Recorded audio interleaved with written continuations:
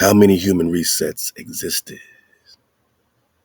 What happened to the great ancient civilizations? How do they live behind the ice wall? We're talking Tierra Infinita, infinite land, 178 worlds under the Great Dome. We've been surfing away for a while with this flat drop, Love to Dizzle Fitty. We read maybe a few chapters out this drop, man. Go get the drop. Just click on Flat Drop 101, man. Flat Drop, man. Yeah, my noggin. How many resets, right? We've been talking about the simulation theory. Go get the Patreon, click the link below. You know, when the Most High says,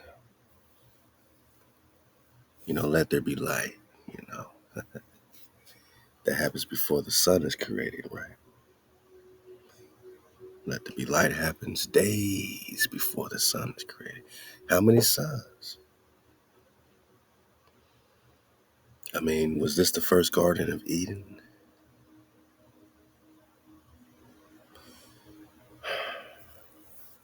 Is Adam and Eve the first on this part of the earth plane?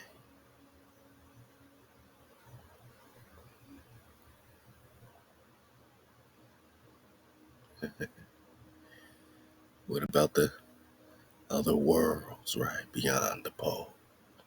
We're going to be digging on this German ice wall map, man. I mean, I'm just talking worlds beyond the pole.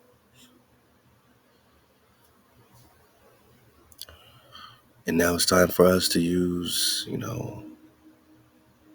our senses again. Do you feel like you're spinning? You feel like you're spinning on a ball?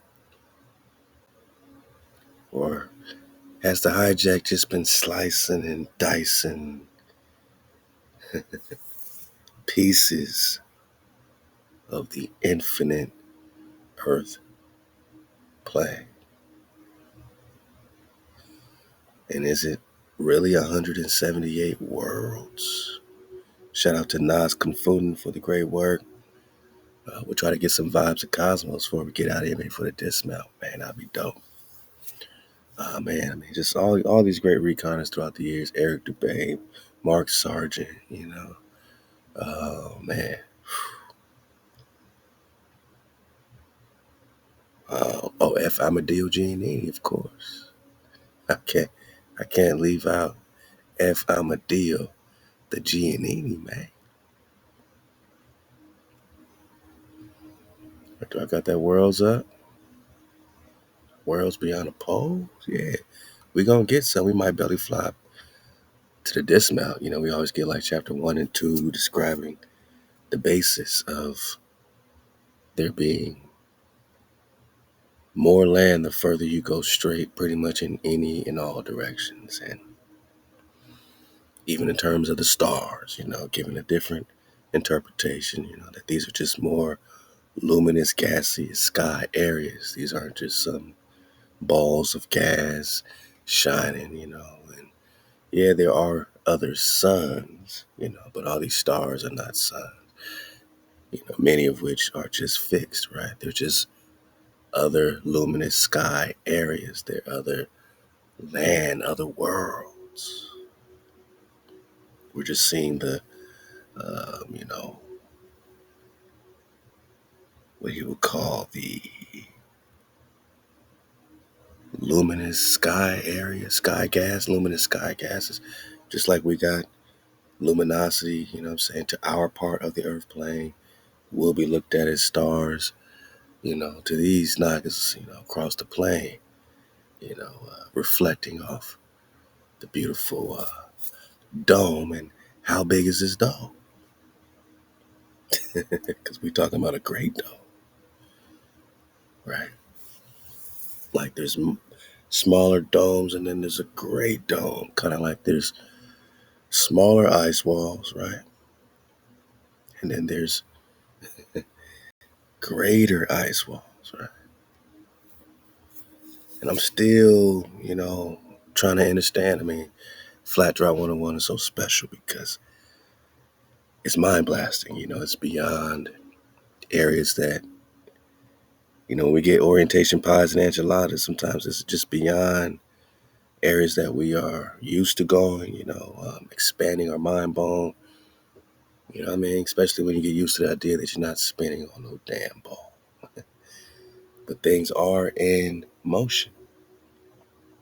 The water's in motion. Like you can see by these arrows going clockwise, counterclockwise, which is the real east and west. From a bird's eye, from a 360 dragonfly perspective, from a bird's eye view, looking down on the earth like grasshoppers, right? Isaiah 40, chapter 22. HaWah, walks upon the expanse of the earth, of the dome, looking down on its inhabitants like grasshoppers. So from this bird's eye, from this dragonfly perspective, the land is stationary, right? The land is firm, fixed, immovable. The water is going clockwise, counterclockwise, which is the real orientation of east and west. If I told you to point north, in general, you walking in the park, I'm like, yo, where's north, right? Will you point up, or will you get your compass, and say north is that way, right? So north, is it up or is it straight? What is what does north and south mean, right? Let's etymologies, man. It's Flat Dry 101. I know you missed it. I know you missed Flat Dry. Hey, we just having fun, man. This is our natural, our movement, man. This is our flow. This is our swag frequency. Halal HaWah. You got your dragon. It is the year of the dragon. I hope you see clearly. If you're afraid of the dragon by now, you're afraid of your own sight. You're afraid of your own light. God, you got that paralyzing sight when you got that light. To the hijack, it's deadly. So they have to shut your light. So you don't see clearly. So nothing is visible, nothing is clear, but it's the year of the dragon. I'm asking what south is in etymology.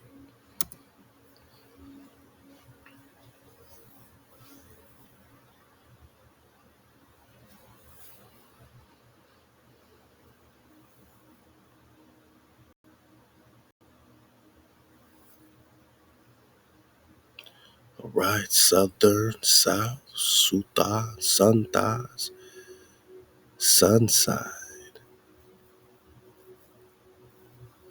southward, all right, all right. Suid, sudi, sawe, so.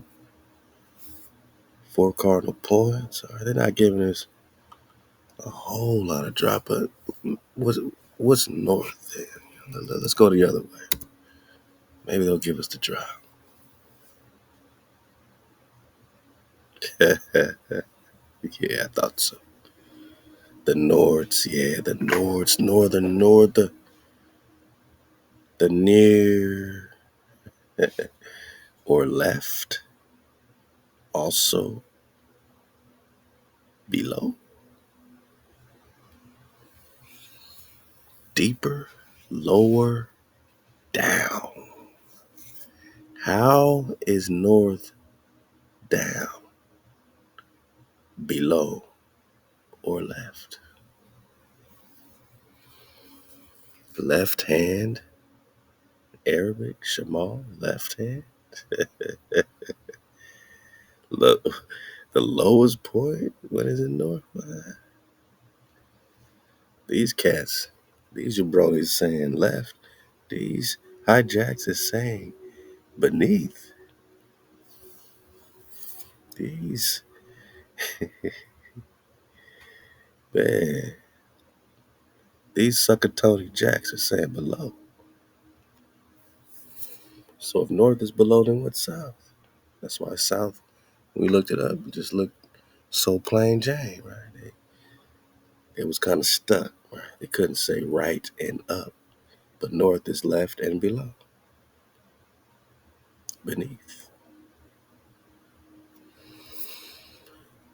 But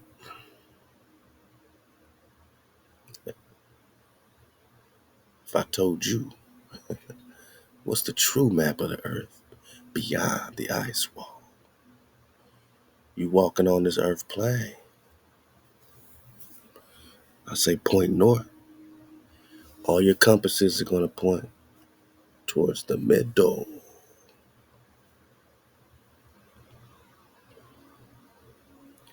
No matter where you are, at least on this part of the earth plane, all your compasses are going to point towards the middle. It ain't it interesting that they got a sun right here in the middle, man. Spirals out after ice age. Hmm? Hmm. So since we just getting through a little ice age, you saying this thing at the appropriate time is going to spiral out and melt the ice? I don't know. I don't know. They have moons, multiple suns all over the place. I told you there's many suns, but are these the stars? Or are we just talking about more land, more water, more earth?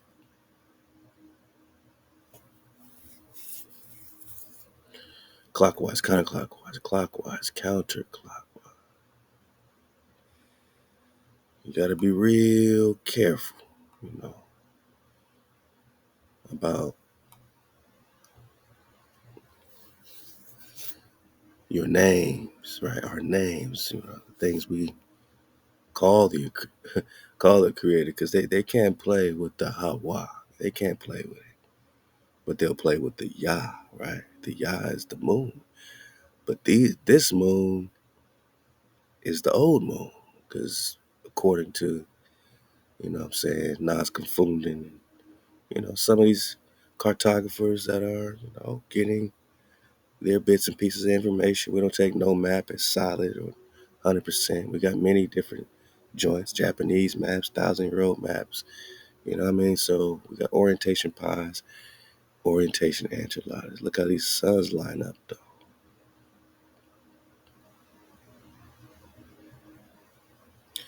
So you got Mu and Mu, right? And these moons are called Ya Ya. You know, if that's the name of the creator, they couldn't even do that. Call that the name of the moon. Then you got Ja, right? You got Ja. Ja's out here, the sun. So one of the older suns is called Ja. One of the older moons is called Ya. J, Go, Mo, So, Bo, you know, yada, yada, yada. You know, Set, Nubis. And of course, you know, it's all frequency and tension, you know, but things that make you go, no. They got a lost sun out here, Triangle Island. So this joint right here is interesting. Again, they got the inner sun. Some would say the black sun, right? Causing the aurora borealis, all that.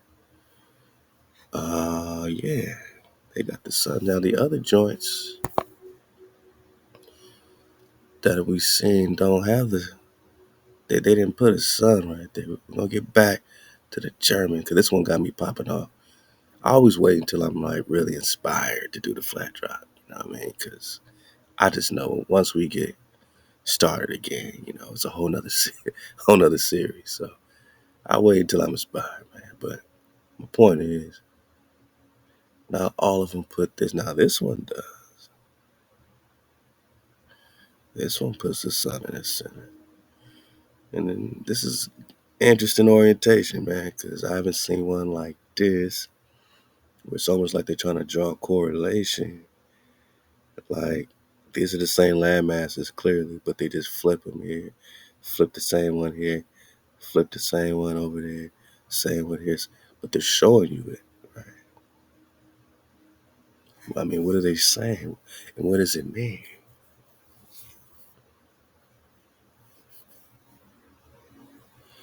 Now, how come they didn't duplicate the Americas like that? Monagas, just leave a comment. Let me know what this means. How come they couldn't duplicate the Americas, but they could flip Africa and Europe and Australia, all that? They could flip that a bunch of times, right? Duplicates, duplicates, duplicates, duplicates. Simulation, simulation, simulation. But the Americas, I don't see a duplication here. But this one's interesting. So it has the sun, an inner sun. We got a little more writing on it too. So let's see what they're saying on this one. Bits and pieces, my naga. Here a little, there a little. You know, don't throw the babies out with the bathwater. No map is going to be 100. I don't care if it's coming from Mercator, this, and the maps you trust, your globe. None of this shit is 100. You know what I'm saying? So don't look at something like this and say, well, looks like somebody just drew it. So does the maps they show us in grade school, man. The ones you think are real maps are also drawn. You know what I'm saying? Computerized, this, that, projection, somebody's projections. So, I could read the script and over again it's repeated. The earth is firm, fixed, and immovable, man. So with that, I can build. So no matter where we go with our theories, we could be theoretical when we know we got facts, what I'm saying, the base our investigation off of. That if the hijack's telling us we're spinning at 1,000 miles per hour, you might want to ask, maybe they're just cutting a section out and making it a sphere. And they keep doing that and keep doing that and keep doing that. And now you have planets. But the etymology of planet is tricky, just like north, below, beneath. If a planet is a ball, if a planet is a sphere, then wouldn't the root of the word relate to being a ball and not flat? I'll wait, boss. I'll wait. This flat drop 101, boss. I'll wait. And what happened when they, you know, cut this section out on this infinite map and spun us at 1,000 miles per hour? It seems like they had a plan to make devious, a devious plan. What happens when they're worshiping Saturn and Mars and all these planets? We're talking about repelling. We're talking about dissuading from the right path, bewildering another. So now you on the wrong path because they put a T at the end of plane. When plane, means spread out. Spread out, boss. Flat. To spread. You don't change the etymology or the root or the meaning of the word by putting a T at the end. Managi. I can't put a T at the end of circle and get circled. And now I got a square, Managi. Stop it, man. Planet is flat. Planet is flat. Spread. That's why you got worlds beyond the poles. That's why you got more land. That's why you got more land. Atlantis, what you doing way out here? How many ice walls? 1, 2, 3, 4, 5. And which one is the Great Dome? Encompassing 178 worlds.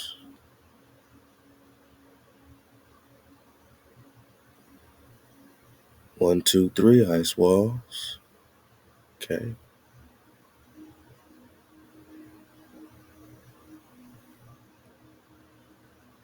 1, 2, 3 ice walls.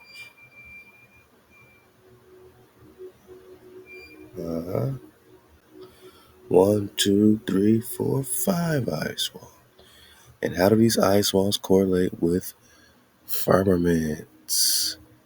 and firmaments.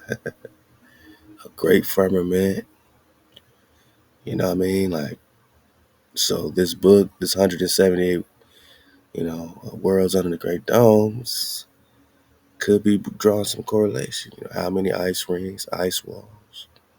There's also a great book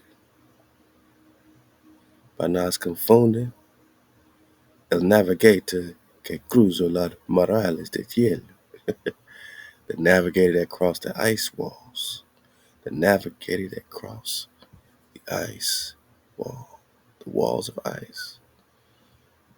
You know what I mean? So we gotta belly flop a little in this. Talk about the artificial walls. What? Manipulation and all that. The domes. The apprentice. J of the worlds beyond the walls of ice. Could be something, could be nothing, boss. The last great plan. Hey, it's all about Hawah's plan. But this is what we digging on. Again, did they just cut some section out of this, man? We just dropped this drop on IG. Make sure you're getting cozy in our Instagram. I try to keep the information pretty consistent and balanced throughout the platforms. We got a few of them now. However, it's this, man. Whoa, whoa. Get out of here, boss. Get out of here, man. Shout out to Night Guy. But I don't know what that is, boss. I don't know what that is. I think that's maybe like a camera lens flare. Maybe like a lens flare. Just a lens flare, man. Shout out to the cons, man. We steady water in here. Tell the friends, tell the homies. We popping off 432 style, man, on IG. Wake up, you live alive, man. Hey, let's get some drop. Did they just slice and dice and spin you on a ball? That ain't nothing nice.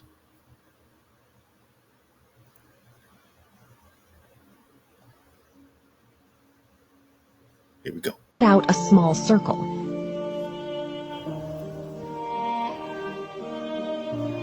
Then they took that circle and wrapped it around a sphere and told you that's where you live. That's all there is. How would you know? Now imagine that our world is a much larger, expansive plain with many world ponds, and they did the same thing with a small section of one pond. They cut it out and wrapped it around the sphere and said, "This is where you live." Okay. This is all there is, and you're not allowed to explore south. How would you know? How would you know? It's time to break the matrix of the globe Earth mind prison. They are hiding your true potential. They are hiding everything.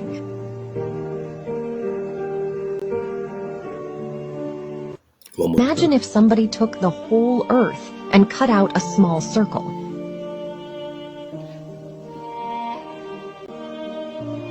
Then they took that circle and wrapped it around a sphere and told you that's where you live. That's all there is. How would you know? Now imagine that our world is a much larger, expansive plain with many world ponds, and they did. And literally, who's to say it ain't? You got the land of Neptune, the land of Mars, land of Pluto, right? They'll just look like wandering stars at a distance. You're just thinking they're little balls of gas with stuff inside like worlds. No, they're just more land. They're just more land. And if these wandering stars are just more land, so are the fixed stars in many cases. You zoom in on your telescopes, all you're going to get is the luminosity. All you're going to get is the gaseous, luminous projection. Just like you would get from our world, just the outer sky gas. Luminous outer sky gas, according to F. Amadeo G&D.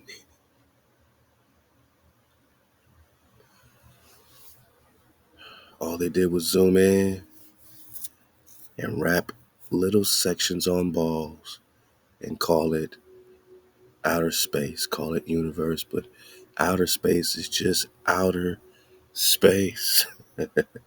Don't be complicated. It keeps going and going. The creator continues to create. No one is saying that things are smaller. I'm saying things are much larger and vast and amazing when you get to the vortexes and the many dimensions and layers of things. Inner, outer, but it's tangible, it's real, it's attainable by going straight, my nigga. He did the same thing with a small section of one pond. They cut it out and wrapped it around the sphere and said, "This is where you live. This is all there is, and you're not allowed to explore south." How would you know?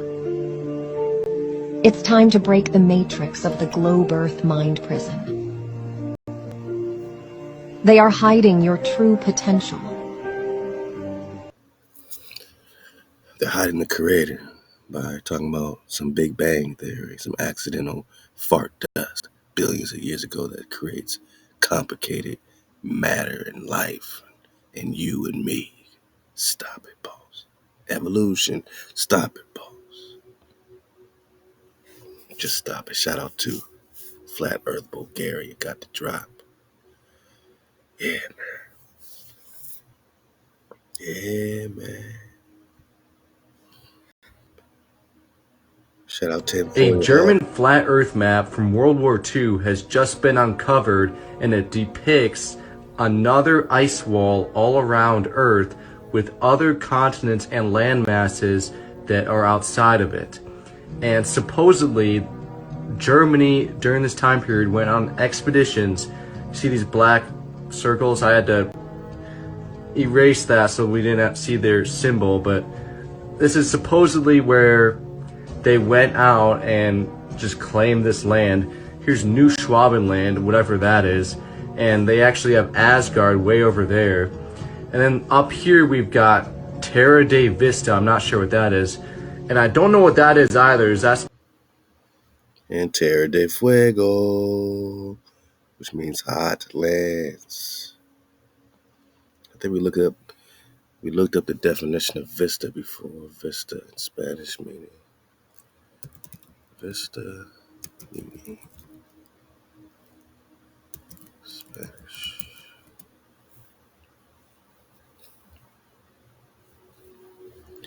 View? Okay. Yeah. Vision,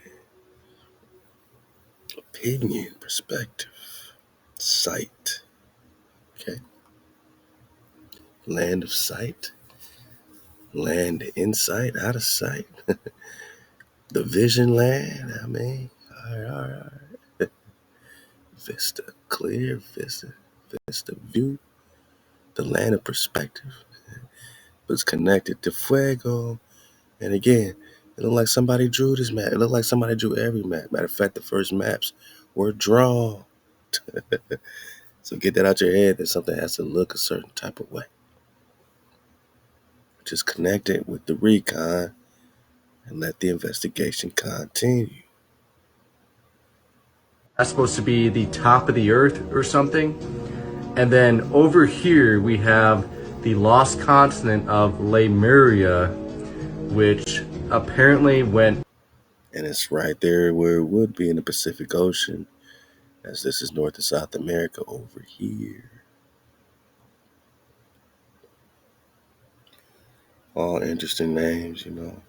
This is supposed to be the German ice wall map, they're calling it.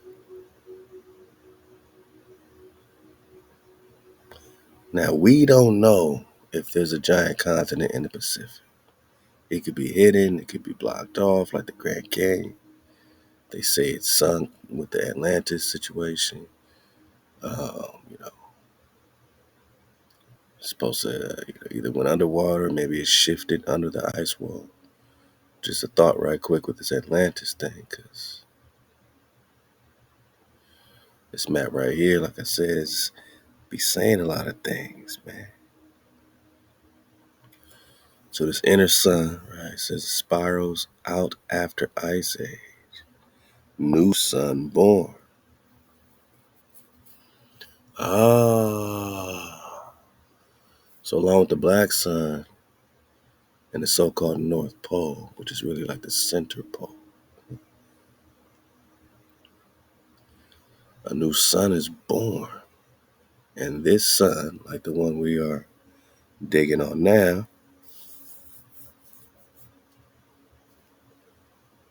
will spiral out. Like these lands probably spiraled out or sunk under and went out under the ice wall. I don't know. I don't know. Just pontificating. Like it says here, old moon. So this moon used to be in here. It was a fresh-born moon, perhaps. So was Yaya, right? Thought the moving island, you know, is probably some type of technology or fake situation. You know what I mean? It's moving around, probably a spaceship. Then you got this sun called Bull over here, sun during time of what we call Atlantis, pre-Bible. Now, why would they say pre-Bible when they talk Atlantis? Let's put together what we know, because flat drop connects to the indigenous truth. Um,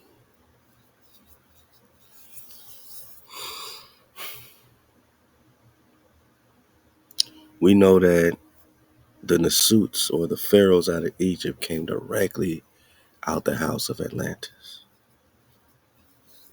who survived the flood. Thoth in the Emerald Tablet says during this great flood, they hopped in the ship. He hopped in the ship with the dweller, went over here to Kemet, and then put a slave vibration by raising his staff on the indigenous Cometians, had them groveling at his feet at his display of magic science. This is in the Emerald Tablets of Thoth. Thoth, the moving island, Atlantis. Let's put it all together. Let's put it all together. All right. We got Thoth here. He wrote the Emerald Tablets.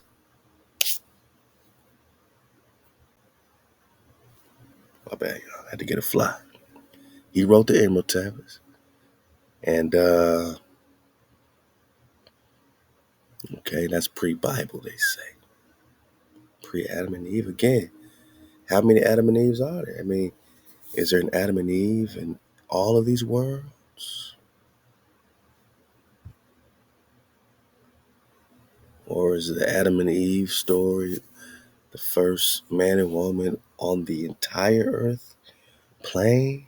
Or is it just the peopling of our particular, you know, pond, our pond? Call it Earth Pond 1. All right, I'm okay. Pre-Bible.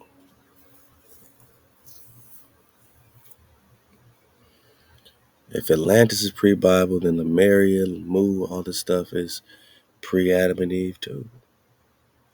So you really are talking about a great flood. The same flood that sunk Atlantis is the biblical great flood, but they're saying pre-Bible, so that'll be pre-Noah's Ark, you know what I'm saying? So did it mean pre-Adam and Eve or pre-Noah? Pre-Noah's flood. Man, mind blowing. Y'all let me know. Y'all help me with this, okay? Because they mean pre-Adam and Eve. Then we got to be asking like how many Adam and Eves are there? Because many people will agree when they read Genesis that there's a lot left out. And in some cases, it appears that there's already people already on the earth, at the time of this Adam and Eve situation. And or is this what we talking about? Atlantis, Uh, some will call the book of Job the oldest book in the Bible. And that's crazy. But if you take that, That's pre-Adam and Eve. Um, I mean, hey, hey, at this point, this is a victory lap. I'm gonna keep asking questions until we figure out some answers. We gonna keep asking questions because that's what an investigation is all about. Some would say that in the book of Job, the dragon that is described is the same dragon, HaWah's dragon, that destroyed Atlantis, which would make it the oldest book in the Bible, because you're talking Atlantis. When you factor in Atlantis with the script, and you start putting things in what could possibly be the right order, yeah, you got pre-Atlantis and you got a pre-sun, or pre-Bible. You got a pre-sun, a sun that was there before. Let there be light. On the fourth day, the sun created. There's already suns. Old unknown suns spiraled out to unknown content. These are old suns. All these suns used to be newborn, like this one coming in the middle. Okay. All right, boss. Let's go. I didn't watch this yet. I don't know if this person is like a pundit, making fun of the map, or they go in a little more detailed. It seems to be a little corny comedy, but let's get a couple minutes to see where it takes us and keep the water flowing. Shout out to Ski Man Dan, fair use, copyright 107, fair use research purposes. All right, let's go. Now, being a flat earther is one thing. They have ideas about what the earth looks like, where it is, all that nonsense that comes with it.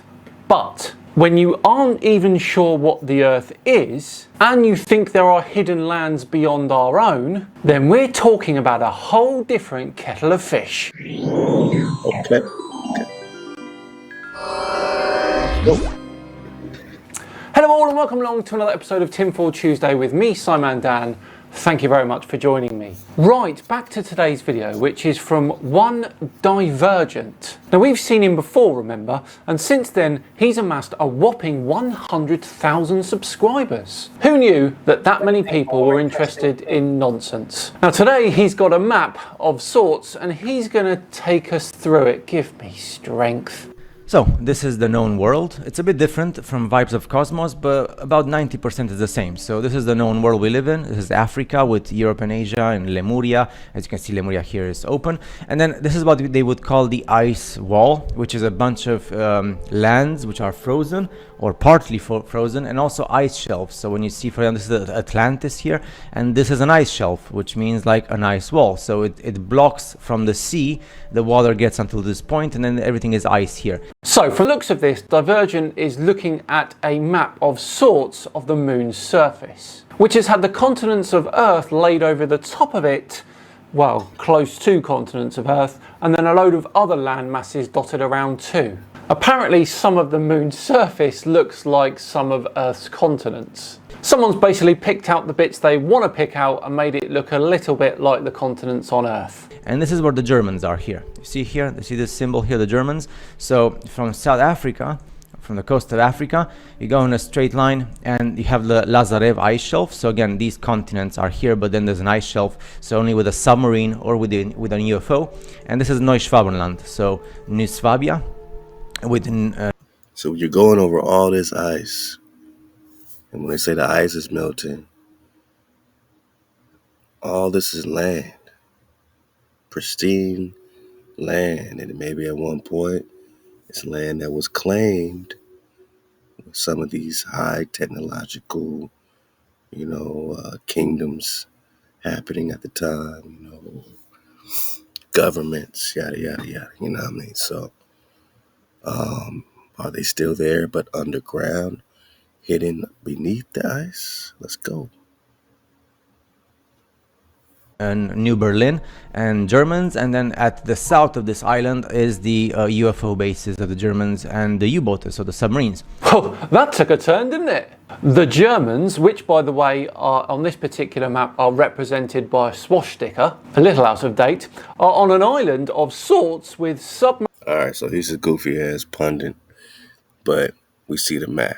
And, you know, I mean, people like this just like to look at other people's work and make a video about it with their high intelligence, you know what I mean?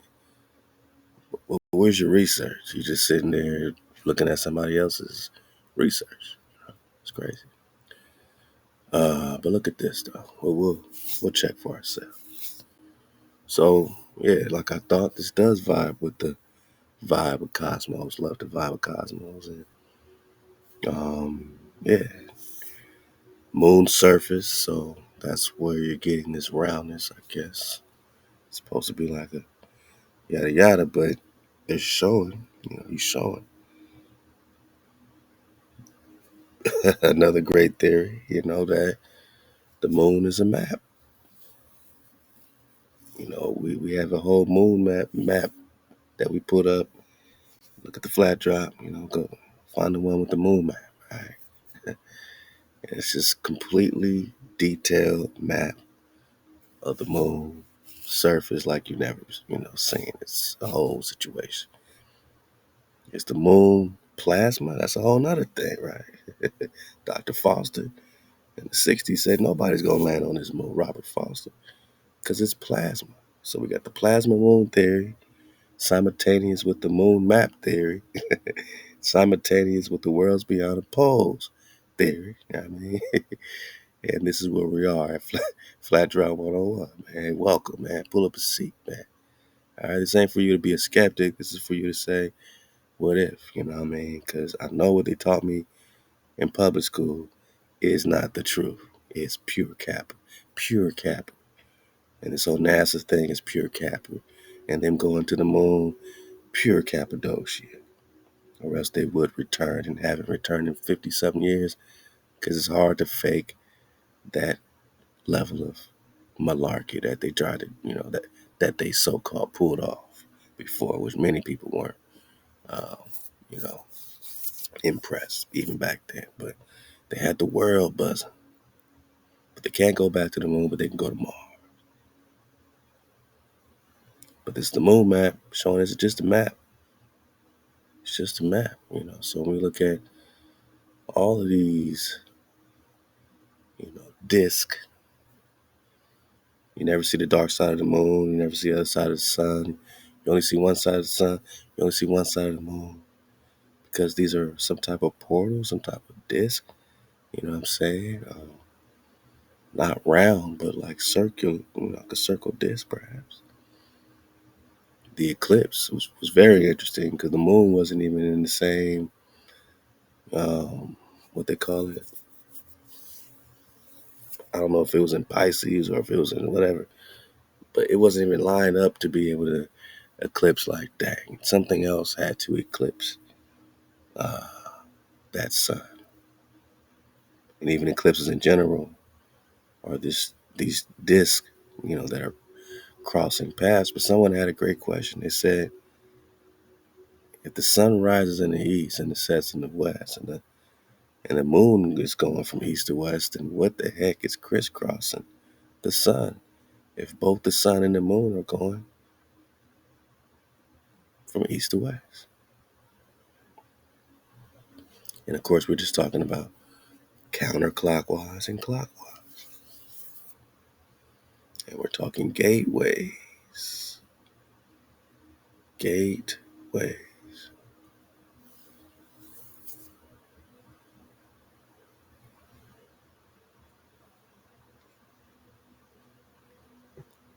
What a very amazing perspective. The river snake, huh? The whole land that looked like a snake. You got Hell Island, man. Shit, you want to get out that fifth ice wall? You got to cross Hell Island, man. I mean, you got to get around it, man.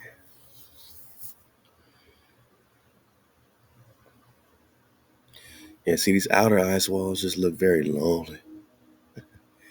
Seem like it take a while to get to another plane. Whereas you have all these, you know, almost conjoined in the middle.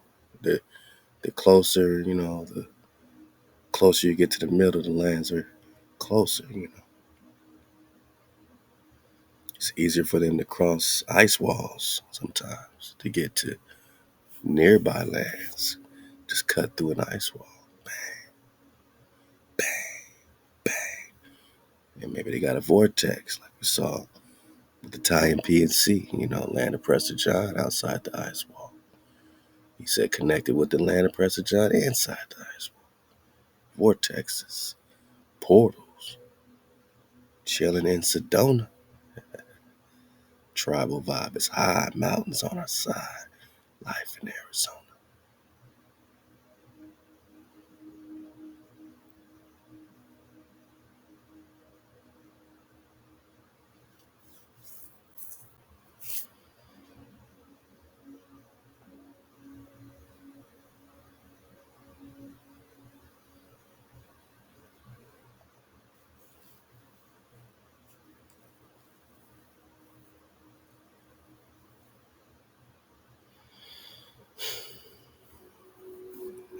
Should we belly fly? This ain't got the whole chapters. It's just kind of giving you some rundowns, but maybe you do. Let's see.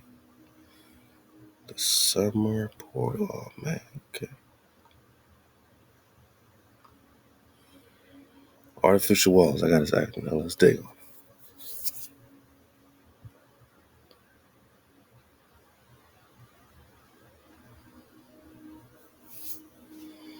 We met in the boat. I'm in chapter 13, 14, not 14. We met in the boat that we used in these last trips between Thoth and the Ark. All right, so it's somewhere between Thoth, the moving island, and Butler told the group almost the same thing that we had been talking about in the vehicle. Get as big as possible. In the vehicle on the way back, but he put more force into his words, and his joy overflowed in every part of her face. She had even gotten something to toast and everything. The group was at its happiest since we arrived. Unfortunately, this joy was not penetrating my mind, much less my heart. I was still trying to understand what would be the right move to change everything. I kept wondering if this was really possible, and if so, how many years of there between the walls would pass while I was totally involved in freeing my brothers there. Butler tried to cheer me up. It was time to change history, and this didn't happen every day, so I hid my temporary disappointment and joined in the toast. There was not even to ask about a possible return to our homeland. So once they crossed that wall, they didn't know if they can go back, or they were told they couldn't go back. It's a one-way trip. And just disclaimer, to all my Nagas that are very adventurous, it's like, yo, let's get a boat. We're just going to go past the ice wall. My Naga, everything we do is with wisdom, with Amma. We don't do nothing outside of our Ruach. You know what I'm saying? Be smart in everything you're doing, right? Be wise in everything you're doing. There were Israelites that went to battle because they wanted to go to battle, but it wasn't the time to go to battle. We read stories like that where whole armies got decimated because they just had a hunch that they should go to battle. But the Creator didn't make that call. You would know when it's time for everything to be revealed, and all this connection will be easy. It's going to make sense. You're not going to have to, try to outmaneuver uh, security forces of Antarctica. Like, you ain't going to have to do all that. You know what I'm saying? So, yeah, I appreciate my Voyager Nagas. And for sure, be prepared for a fantastic voyage. But proceed with caution, proceed with wisdom, and don't just do something so you could just, feed off your ego that you're so brave. You went through the wall. You better hope you can make that return trip. Make sure, you know what I'm saying? Because there was not even to ask about a possible return to our homelands. This was completely ruled out somehow in the toast. I closed my eyes with prayers towards loved ones that I was afraid of not being able to see them again. Can you enjoy of a prosperous place like this if not shared with loved ones? So they were happy where they were, but they couldn't share it with the peoples across the wall that they left. Butler knew this internally. He went ahead to tell us that we would soon visit the known lands again and that we can help much more on this side than getting in there and becoming a custodial easy prey. They would never forgive such a betrayal of escaping from their networks, and on top of recovering a large part of the story that was never told, and we, the entire group, did not care what they really thought either, but it was our duty to take care of ourselves and support ourselves for the moment away in planning our next visit. Butler brought us a lot of information on how the Republic worked. He also gave us several books, including many on the language that was spoken there, as in Ranisur, and elsewhere English was spoken perfectly. There were several books with translations from the arcane language to English and vice versa, and he said, Captain, it was time to study. Several years had passed. Among so many things that I learned during my stay was that time passed slower in these lands compared to the lands known. So they'll flirt with that in the movies, right? They'll go to other planets and time's going way slower there. And they come back to Earth and the people are old, but they're still young. They're letting you know that some of these lands beyond the wall might have different time, might not be affected by time the same, whatever time is, right? They may not be under the same spell or illusion of time. So you can go there, spend 300 years and come back, and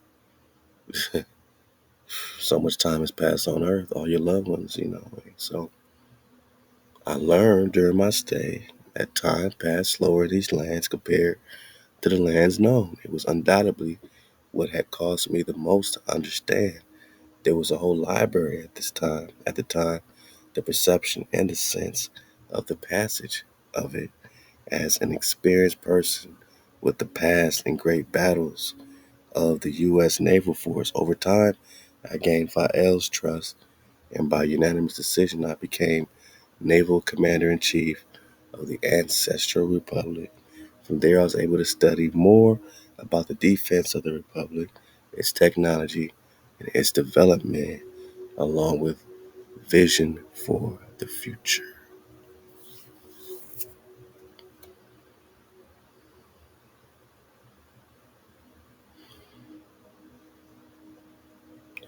We carried out projects of possible attacks on the known lands without affecting civil life, but the missions were almost always ruled out due to the difficulty they had in finding the real bases of lost custodials. They call those the custodians, pretty much the republic of the hijacked city, whoever you want to say is ruling behind the scenes, all that stuff, right? So since they moved from one place to another using portals, my naga, just like Antarctica. Mm. And furthermore, they almost never had prolonged stays in the lands, but returned to theirs.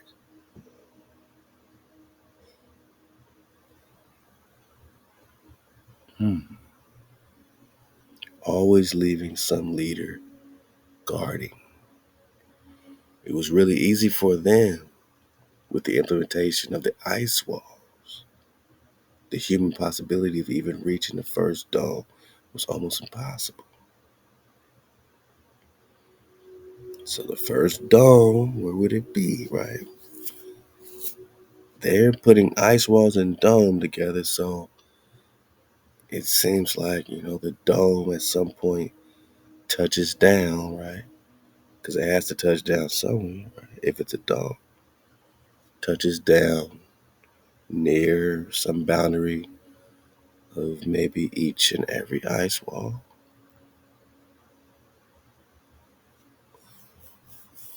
But if you can navigate through these gateways, you can navigate through the domes.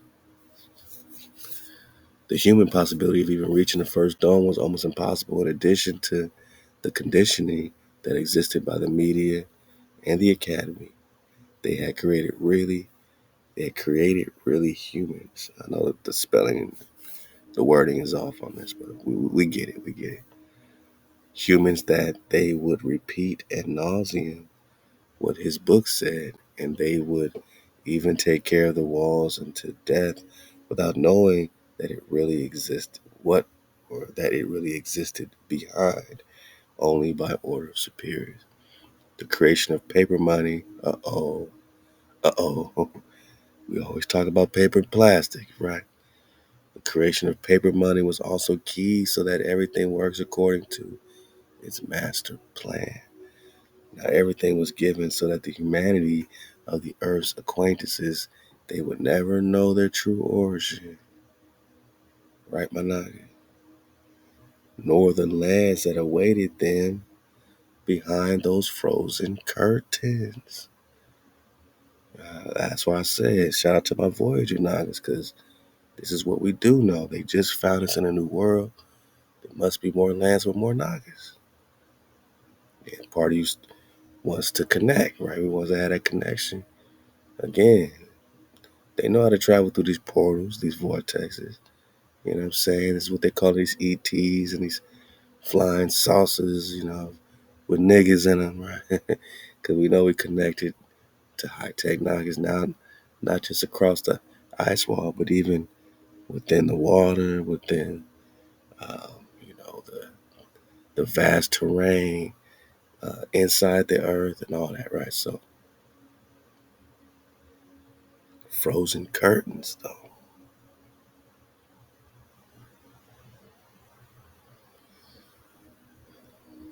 Not everything was given so that humanity of the earth's acquaintances, they would never know their true origin, nor the lands. It's like Antarctica, fruitful land just for you. Tarzan, virgin land, preserved, pristine land,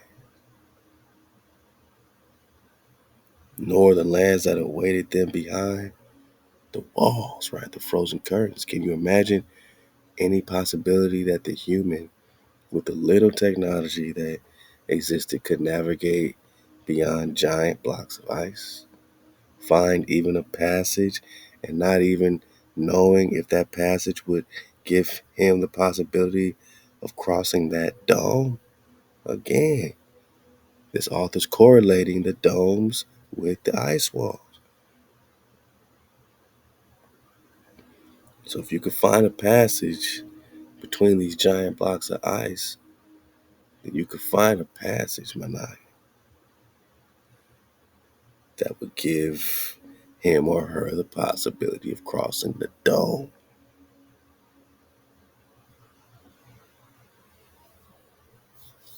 The chances were clearly reduced to 1 in a million, but we had made it, and they were aware, so it would not be strange to think that they would use the human militia itself to guard their own brothers.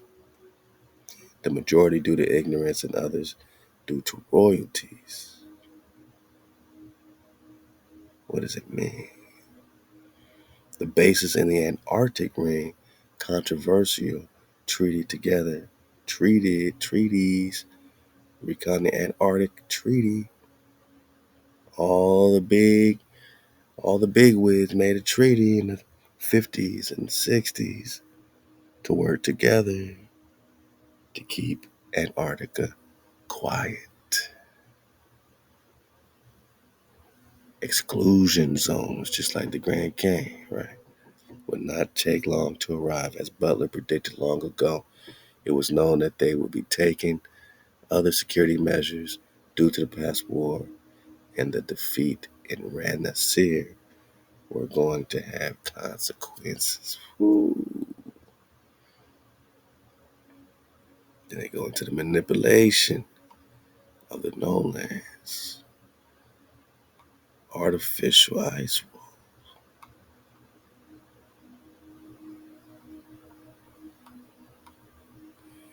I want to dig on chapter 10 right quick. You already see what's happening.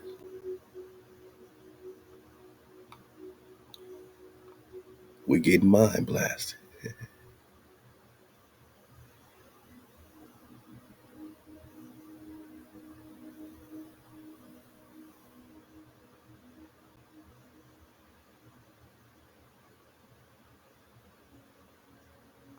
We're talking the Greys.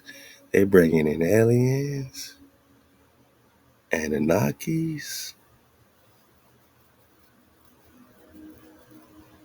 The custodians also weakened by their last war with the Anunnaki. So even the Anunnaki were at war with these confederacies, Psalms 83s. So who's the Anunnaki? And Naki is not God. And they that even feared the latter, their lands would also be attacked by humanity. With a thirst for revenge, the opportunity to annihilate the custodians also left great peace for the heavenly land. I'm just saying this stuff is deep. Giants, Anunnakis, aliens. The great army of giants quickly formed in Central Asia, and others began to mix with human beings that lived there. Sounds like the script. Possibly the giants ancient knew of the source within each human being. Soon they doubled in quantity, having a great and powerful giant human resistance to the inevitable attack that would come from the custodians or Anunnaki when their internal war ceased.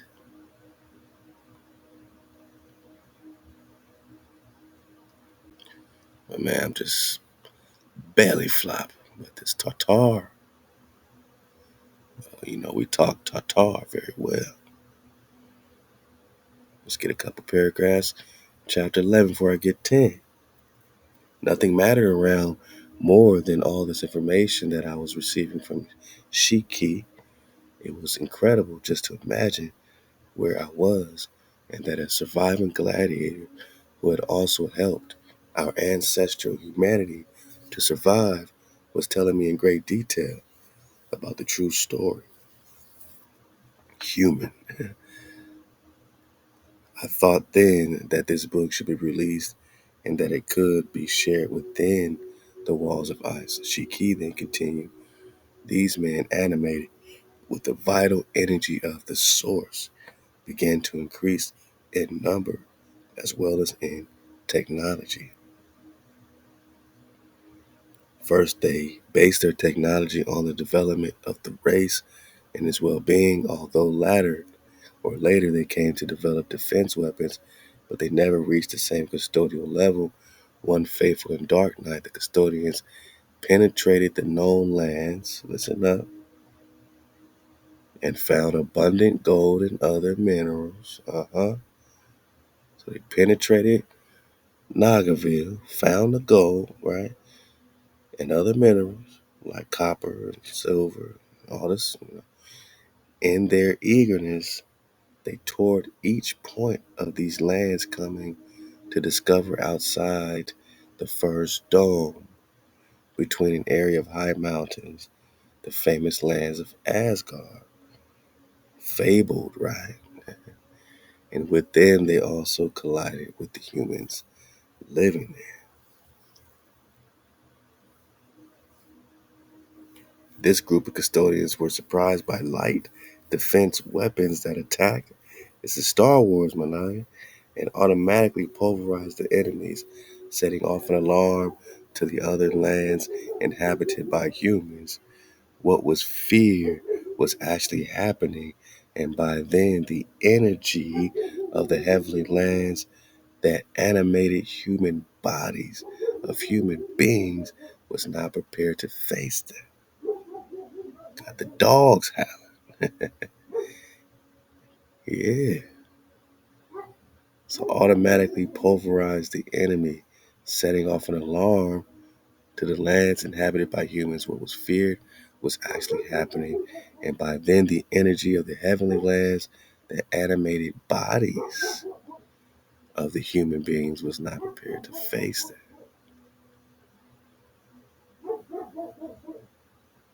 In addition, the custodians outnumbered the humans 1,000 to 1. Then the inevitable arrived a few days later. The human beings surrendered.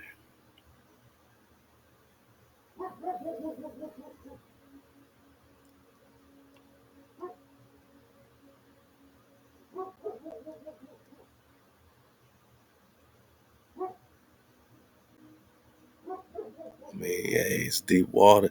It's that water. I can't get all of it, Malaka, but you got the drop. All I could do is belly flop, man. I want to dig on this dome right quick.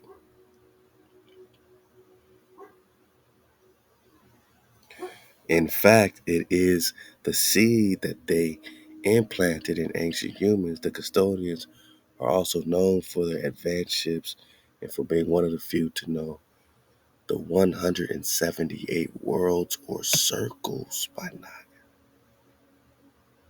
Because we're not talking about no balls, no planets. We're talking about flat, spread out, right? So the custodians, they had their ships, right? The Atlanteans, they had their ships, right? And they knew the 178 circles that are found around the known land. And there might be much more, right? How is that of the Great Dome? What does it mean? I asked innocently. William, each circle is divided by, listen up, man, we're getting orientation pies and orientation enchiladas. We're getting the babies out the bathwater. Flat Trot 101. Mind blasting. William, each circle is divided by one or several different domes depending on what the circle covers. This dome is a kind of membrane that divides a system. This information is very advanced for the time you come from, but I imagine that you have heard of from cell theory. We could roughly compare systems. This information is very advanced for the time you come from. All right, I bet. But we could roughly compare these circles to what we call a cell and its plasma membrane. So imagine a giant organism, and all these are just cells, right? Pockets of water, land, earth, just cells, plasma membrane, right? Mem sauce, right? The dome membrane is an invisible wall to our eyes, although some races can see it, that divides two similar systems, or that many may differ in their entirety, but that has connections in different parts, which we know through information that were taken from the custodians, is that all the circles, right? All the circles or worlds that are known have some connection between the internal and external system except one. Really? Which one, boss? All the circles, all 178 worlds, according to Nazcum Funin, are known to have some connection between the internal and external system, except one. Can you guess which one? These races are experts in manipulating environments since they have enough technology to do it within the dome of any known world. These connections between the internal and external world are not easy to find, but the races that have managed to get out and those that base their technological advances both on conquest or on their mission to explore make long journeys within the reason to collect information from other worlds, also different types of systems, to find the way to find these inputs and outputs more easily. There are also portals, vortexes, dragon lines, ley lines. X marks the spot. There are also portals that connect different lands. Think about the flower of life and all the connecting points, right? There are also portals that connect different lands, but that is another issue that you will discover throughout your stay outside your homelands and how much of the technology works here. Now, that circle I was telling you of the 178 acquaintances was impossible for them to access, even using the most advanced custodial technology. And then this became their obsession.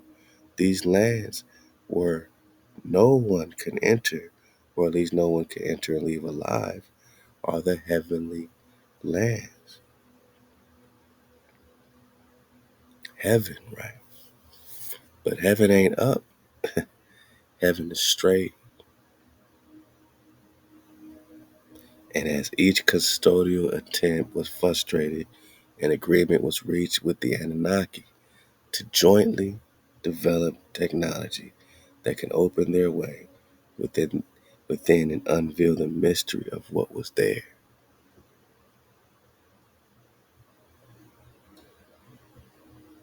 Wow. The reason for his obsession was the rumor that in the celestial lands would be found the secret that would lead to being able to penetrate the great dome that divides the known worlds from the outside. So they're saying there's 178 known worlds, and outside of that, there's more unknown worlds.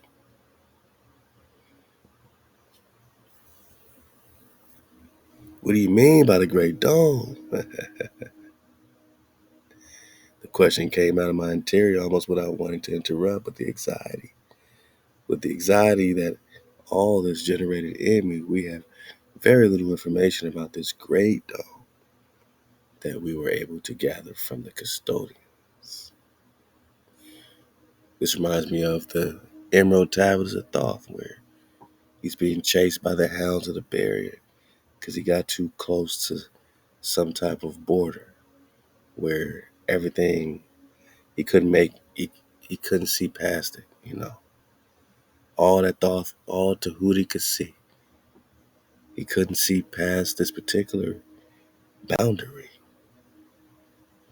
And he got too close to it, which reminds me of like a firmament. And he was chased by what he called the hounds of the barrier, which I just call the dragons of HaWah, looking out and protecting the boundary. Very similar to this great dome, you know. What's beyond it, they can't see. There's very little information known about this great dome.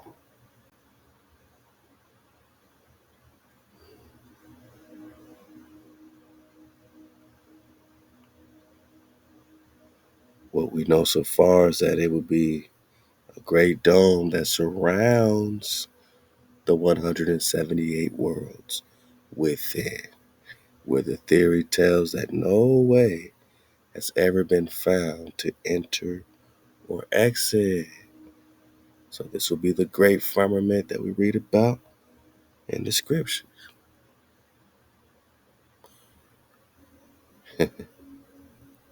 You got windows for the, portals for the sun going in and out, like the book of Enoch, right? Another great orientation pod for you. But to their knowledge, all 178 worlds are within this great dome, and there's no way to enter or exit it. So they could only maneuver and manipulate so far before they're stuck, just like Thoth, running from the dragons.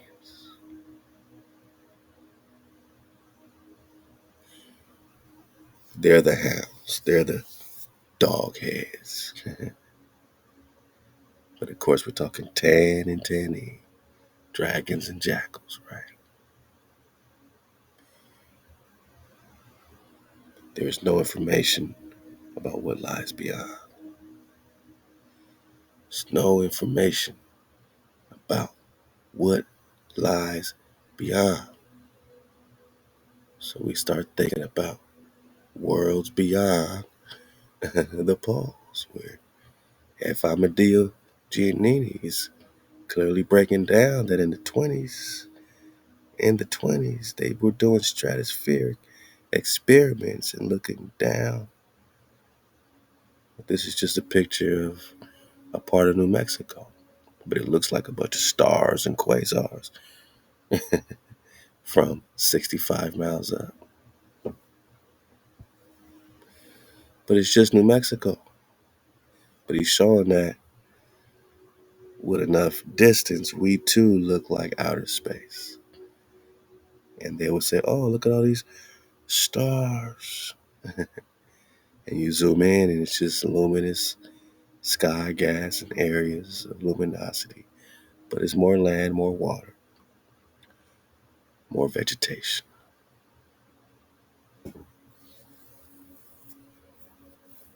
Yeah, the following pages contain the first and only description of the realistic universe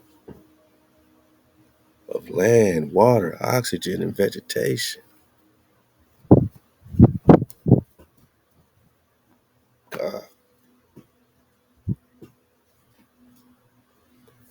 Land, water, oxygen, and vegetation, where human and other forms of animal life abound. This is not a work of fiction, nor is it a technical analysis of anything. It is simply a recital of fact which transcends the most elaborate fiction ever conceived. It is diametrically opposed to the assumptions and the mathematical conclusions of theorists and technicians throughout the ages, so it's against all hijacks. That's why we're digging on it. Against all hijack theories, it is truth. These pages describe the physical land routes from the earth to every land area of the universe about us, which is all land. Every land area of the universe is all land. Such routes extend from beyond the North Pole, South Pole, so-called ends of the earth. As decreed by the theory, it will here be adequately shown that there are no northern or southern limits to the earth. Outer space is more space. Because there's no limits, there's no ends of the earth. Got him. Been trying to catch this fly. There are no northern or southern limits to the earth. It will thereby be shown where movement straight, not up my noggin, straight ahead from the pole points on the same level. That's why they call it an airplane. Plane means flat, spread out. They put a T at the end, now you got planet. We just said to spread, but they're just making devious. They're just bewildering from the right path, which means they got you on the wrong path. But we're just talking flat, spread, same level as the earth, permits of movement into celestial, what they say, heavenly lands, right? Navigator, they would just call these heavenly lands. Huh? Heavenly lands, celestial lands. Appearing up or out from the earth. But it's not up, it's the same level. Straight ahead. And of course, this is real, live, true to life, factual recon happening in the 20s. The original treatise basic to this book was written and has been expounded at American universities 1927 to 1930, when a G. Kincaid discovered Grand Canyon, 30s, right? Since then, the U.S. Naval Research Bureau and the U.S. Navy's exploratory forces, because remember, they just found you in America. They called you a New World. And then you got Admiral Byrd, who, was their main explorer. He just kept going straight to find more new worlds, right? The U.S. Navy's exploratory forces have conclusively confirmed the work's principal features since December 12, 1928. Yeah, man. U.S. naval polar expeditions have determined the existence of indeterminable land extent beyond both pole points, out of bounds of the assumed quote-unquote isolated globe Earth as postulated by the hijacked Copernican theory, 1543. Hey, that's when Black King Charles was still on the throne. You still had a Holy Roman Emperor who was a nigga. That's the bombs popping off, right? Cities of gold, right? And meanwhile, they're giving you a ball earth theory, hijacking you on every corner, boss. Hijack had us surrounded. Took our mind, took our spirit, took our bodies, right? January 13, 1956, as this book was being prepared, a U.S. Naval Air Unit, listen up, my noggin, for the dismount. A U.S. Naval Air Unit penetrated to the extent of 2,300 miles beyond what they called the South Pole point. Further, that would make your ball bigger. No, it wouldn't make your ball bigger. Now you got a new South Pole because they just went 2,300 miles, 2,300 miles beyond what you said was the most southerly point. And they could have kept going if they didn't have to refuel, Manage. That flight was always over land, water, and ice for very substantial reasons. The memorable flight received negligible press notice, of course. Hijack don't want to talk about this. They want to hijack you with Copernican. They don't want to talk about this 2,300 miles beyond. It's all good. We belly flopping. Let's go.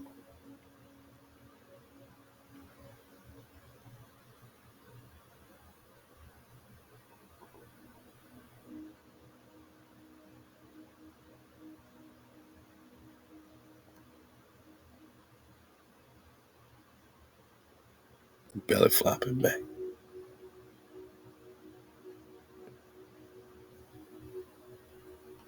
Page 161.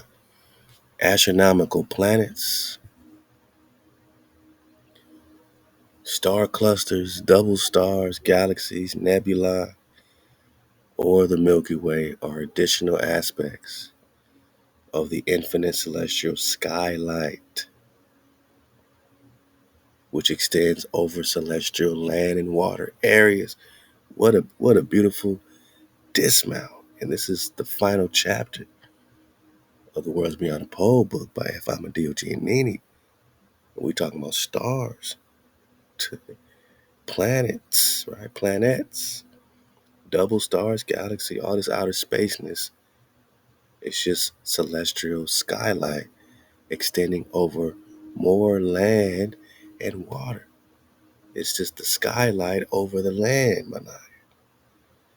And the sky and its light exist even though the vagueness of light over some celestial land and water areas defies telescopic detection.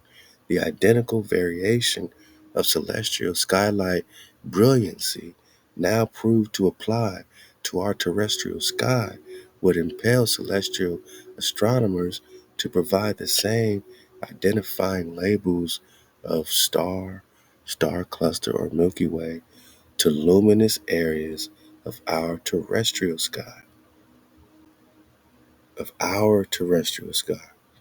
which is of course over more land, right? But you would you would call this star clusters and all this stuff from, you know, enough distance, like 65 miles up, like we just showed. It is no longer a secret that the terrestrial skylight areas present to inhabitants of celestial land areas all that which celestial skylight areas present to observation from terrestrial land locations. The same lit areas that you think are stars and clusters of stars and galaxies, it will present the same exact perspective, Managi, when you talk about the inhabitants of these celestial land areas, all that which celestial skylight areas present to observation from terrestrial land location. So from the land, you looking up thinking you're seeing, you know, all these clusters and all these things, or through these telescopes. And from that vantage point, from those lands, that's what you're looking like. You're looking like clusters and galaxies. We're just talking more land, more water for the dismount. And lest it be forgotten, the Celestians must look up, quote unquote, or out from their land position to observe the heavens above. So which way is up? Which way is up on a ball in outer space? There's people living all over that ball, so they would all point up, and they would all have different vantage, different ups, right? But on a flat plane, we could all point up and have the exact same cardinal, whatever direction. We all know what up is. We all know what down is. We all got the same up. We all got the same down to view the heavens above presented by celestial skylight areas. The skylight presentation can never change while the universe and its life endure. From the distant and unknown hour of man's terrestrial arrival, the creation's lights have mystified the colorful high priest of ancient pagan ritual, and then the sages and prophets of expanding civilization wondered about the luminous splendor of celestial skylight areas comprising our so-called heavens above. Some were gifted with an inner sight which enabled them to envisage other worlds of godly or ordination beyond this meager terrestrial area. And they're just like Enoch, and their attunement with the sublime creative element inspired eloquent utterances of other worlds. Then vague record of their extraordinary disclosures were made on stone and parchment, and then, alas, the import of their disclosures was made obscure. Their dictums did not represent the flaunting of shallow and boisterous egotism. They reflected pure ego linked to the unfathomable prima causa. Their attunement with first cause or God or HaWah endowed them with clearest perception of the universe structure. Know and name that attunement as one will, a spark of divinity, divine revelation, perception, intuition, inspiration, cosmic consciousness, or whatever may please the individual fancy. The incontrovertible fact is that along the line of human march, there has been from time to time the humble mortal conveyors of shining fragments of truth absolute, and that truth was so articulate that average human attempts at interpretation rendered it inarticulate. Just like they claim 98% of our DNA is junk DNA, because they are inarticulate. They cannot decode the code. It was like a blinding light which made seeing impossible. The last part we'll get is this. They of such extraordinary endowment were noble but wretchedly burdened souls, for they were designated as mediums through which tiny portions of realistic creative development were to be disclosed for the uplift and growth of mankind. Alas, that arrangement by divine will was not to be imposed without resentment by the multitude. At the time and place of disclosure, they feared the intrusion by an unknown purveyor of so unknown a product as creative truth. Hence, they whose strange inner sight permitted them to perceive beyond the ability of their brethren were never welcome for the richness of their disclosures. On the contrary, they were viewed with alarm as some strange malady come to plague mankind.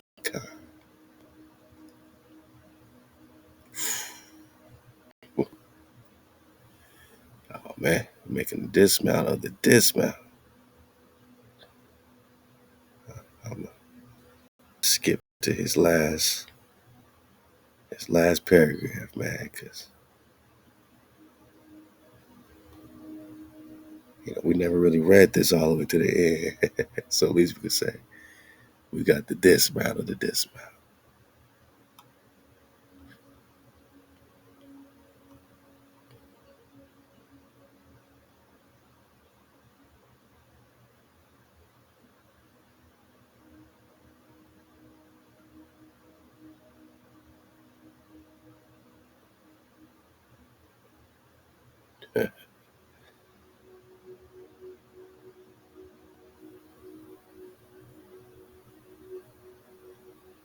Now you see, man, why the investigation continued.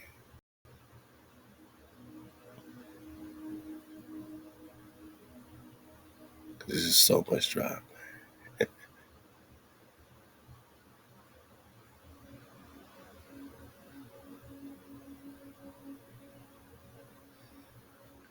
All right, all right.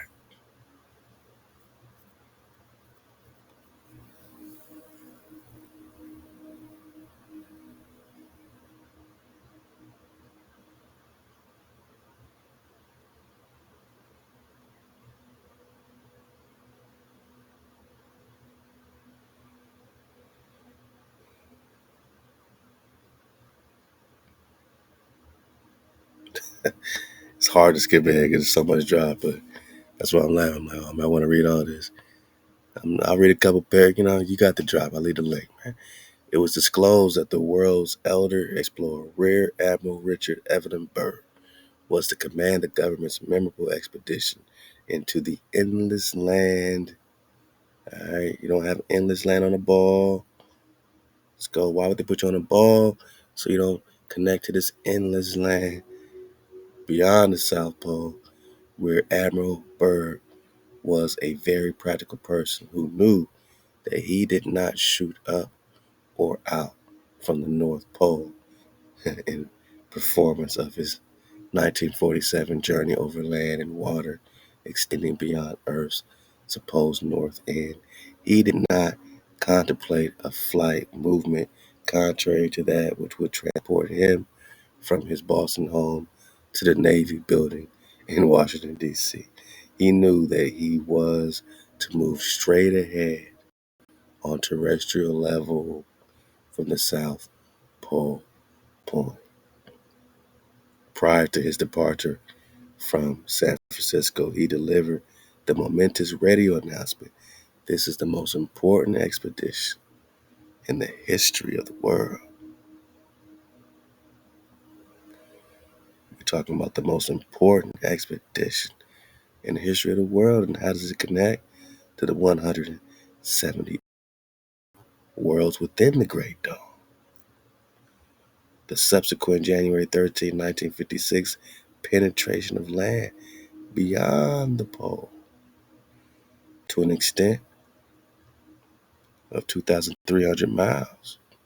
2,300 miles beyond what they thought was the farthest you could go.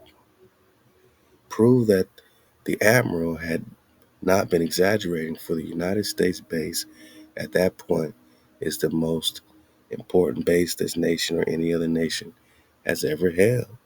Hence, the now proved movement straight ahead and on the same level from either pole point will establish terrestrial man on the land of his celestial cousins. And our celestial cousins will bear all the physical characteristics of terrestrial men and women, specifically indigenous cars. For strange as it may seem and difficult of comprehension, as it no doubt is for the astronomers, celestial inhabitants have the same quality and quantity of oxygen as that to which we have access at terrestrial points. So other than terraforming and spraying up the place with all these trails of this and trails of that, you have the same quality of air, no matter where you go.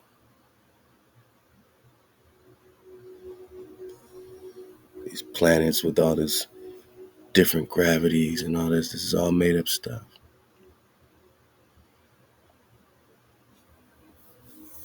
The land extending beyond both terrestrial,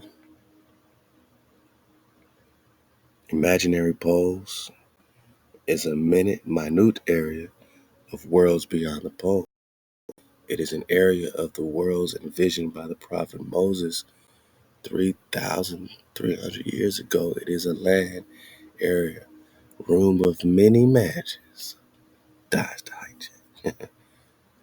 Just beyond the north and south pole, north and southern polar fringes of the terrestrial continue the celestial land and waters leading throughout the universe whole. From such polar points, we may at once and at will continue journey without shooting up to the valley of the moon, to Mars, Jupiter. So we look at that map and it says land of Mars. Bang. This is F. Amadeo Giannini. The other one's from Nas Confounded. Separate researchers. He's really doing the recon. Giannini in the 1920s, the stratospheric test with the U.S. Navy. Yeah, no, he presented this work to Johns Hopkins University.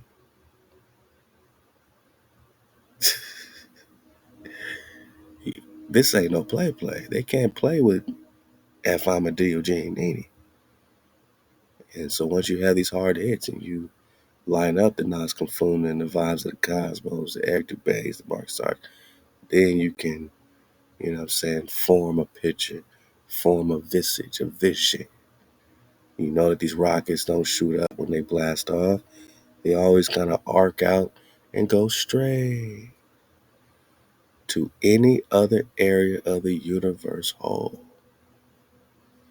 All you gotta do is go straight without shooting up. The so-called heavens above to be observed at every angle out from the terrestrial. begin where the northern and southern terrestrial polar ice diminishes. And once you get past the ice, you're in the heavens above. But you didn't go up, you went straight without shooting up. Man, a 7-hour flight into land areas of the heavens above was accomplished in the memorable naval exploit of February 1947. So they did a 7-hour flight into the heavens above, going straight. That performance beyond the North Pole point of theory was so simple that adequate explanation would have rendered it most confusing. It is evident that no one was capable of explaining in that 1947 Naval Task Force flight. There was land and water and vegetation under the airplane course as progress was made north from the North Pole point. If the naval force had possessed motive supplies, enabling them to continue for the dismount and the equipment to provide essential bases along the route, they could have penetrated into the celestial for 100,000 miles or more instead of only 1,700. It just keeps going and going and going. The 1956 naval penetration of land beyond the South Pole extended for 2,300 miles over land area of the so-called heavens above. Recent and planned international polar expeditions can extend as far into the universe about us as their resources will permit. There is no end to the extent of possible penetration. Worlds beyond the poles. And is the moon map? Is the moon a map showing us that there's way more land than they are leading us, to believe, man. More fuego. And how could a land be called fuego if it's cold? How could a land be called fuego if it's cold, boss? I'll wait. Boss. Yeah, next time we're gonna pick up with this vibes of Cosmo. Matter of fact, let go.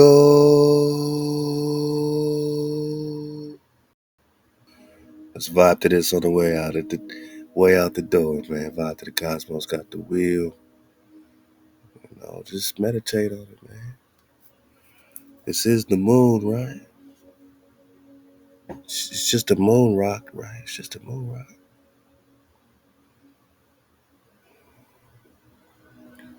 Or does it got all the drop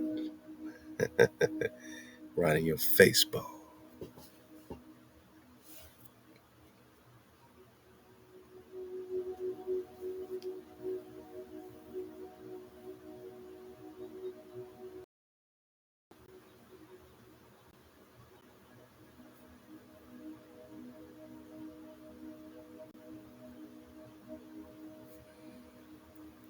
All he's doing is using what's on the moon, mash it up with land masses, known and unknown, on the earth,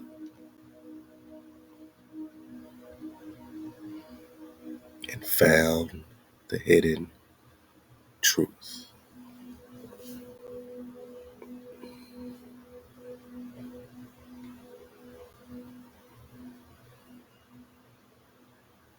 There's much more land to be explored.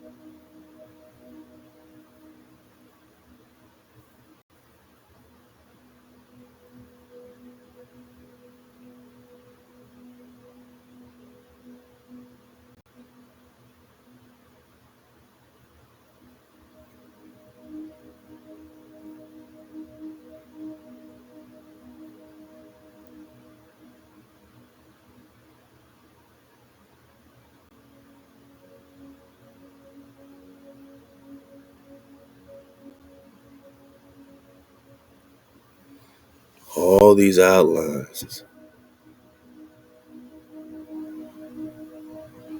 exist on the moon, my guy.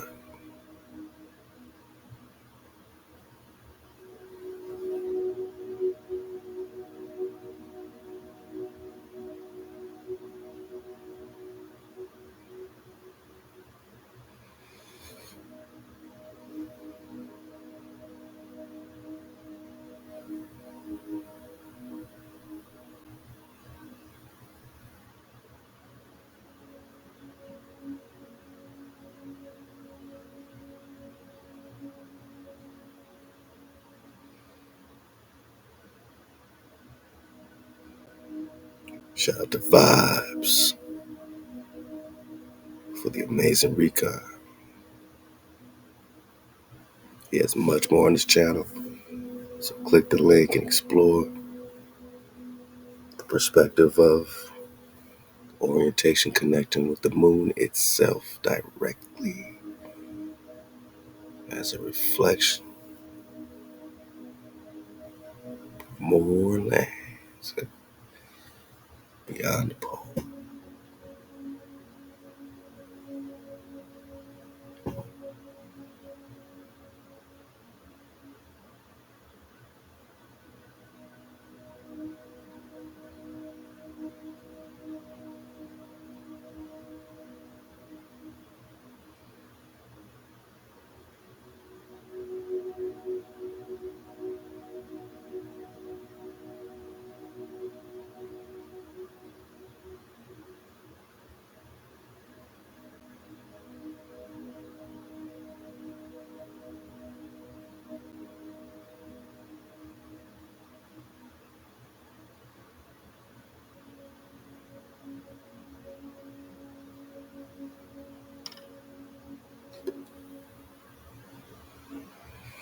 Halal HaWah.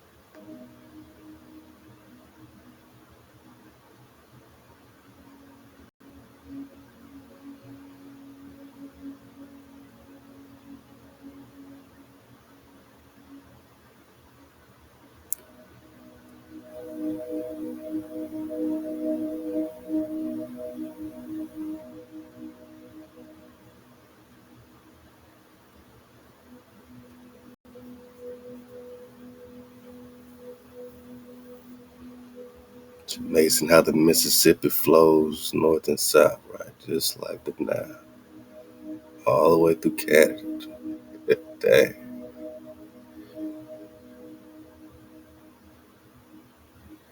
Rado, Red Sea.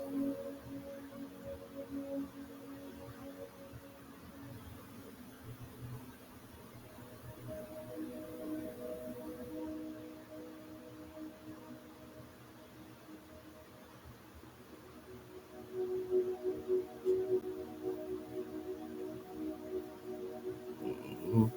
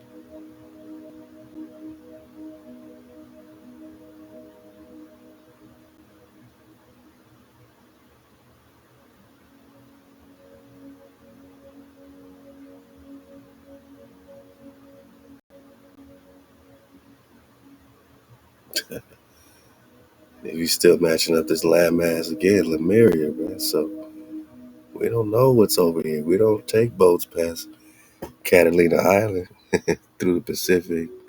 I don't think we fly that direction, going to Africa and all that. It's always through the Atlantic, right? So if this is still popping up on the moon map and other maps, what's really over here? And how's it connect to the ancestry of the Naga right here? Tau, right? The Hiva people, cities of gold. So much to uncover when you're eating orientation pies and enchiladas.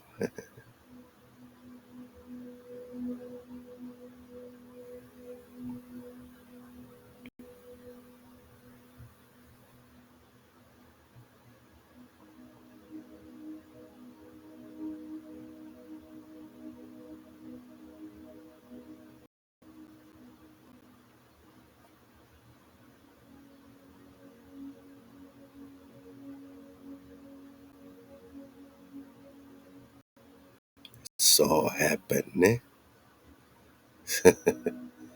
It's all happening.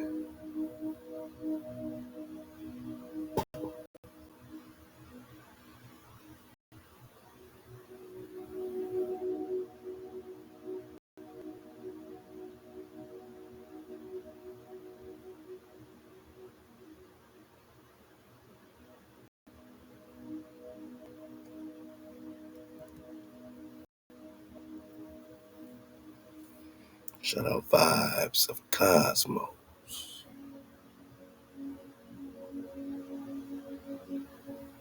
It's truly mind blasting, man.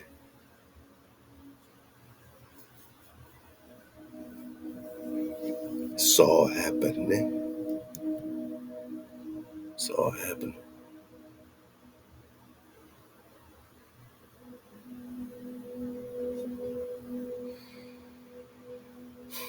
Where's the real Japan?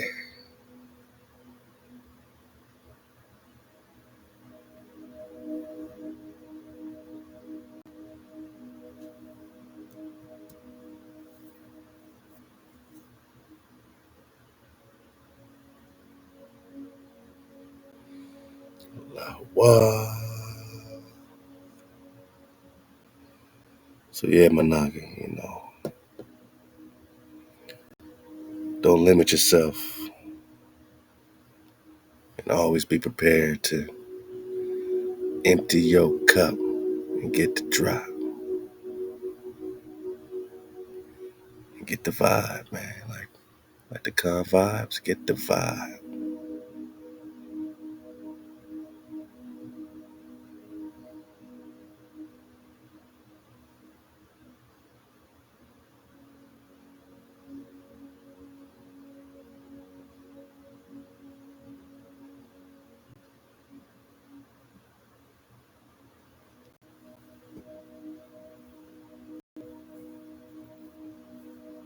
Man,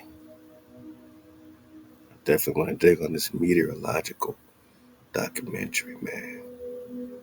Because a meteor is a dragon. And my last thought for now is looking at these arrows. I mean, you see what I see, Every ring seems to be switching directions, right? So you know, what does that create in the electromagnetic sphere? You know what I'm saying? Like, what type of energy does that create when you are going clockwise, counterclockwise, clockwise, counterclockwise? The water. What happens to the frequency when you are going in and out, switching directions that way? I need my Nagas to do their homework, man. This is truly a technological masterpiece. Flat Drop 101 proves HaWah. It proves the ingenious design of this system we call home, we call Earth Plane. Earth Pond 1, how many Earth Ponds are there? And where oh where is Prester John? ThaWaDa Macans for surfing wave 9 above the barrier in Flat Drop 101. Digging on 178 worlds within the Great Dome. Worlds beyond a pole, man. And little vibes of the cosmos. Shalom to my wonderful cons. And we'll definitely be dropping a lot more of this Flat Drop coming up on the Patreon. So click the link below. Make sure you're in the Patreon. Sign up and support the tribe, support our land, support our flow. Only $3 a month, my noggin. For your support, we are grateful for allowing us the opportunity to dig on it and see clearly together. We ain't perfect. We don't have all the answers, man, but we are learning to ask the right questions. Even if we don't have all the answers, we're learning to ask the right questions for our investigation. Continues. Halal HaWah. Shalom to my cons. Stay up. Suit up. Choose up. Drop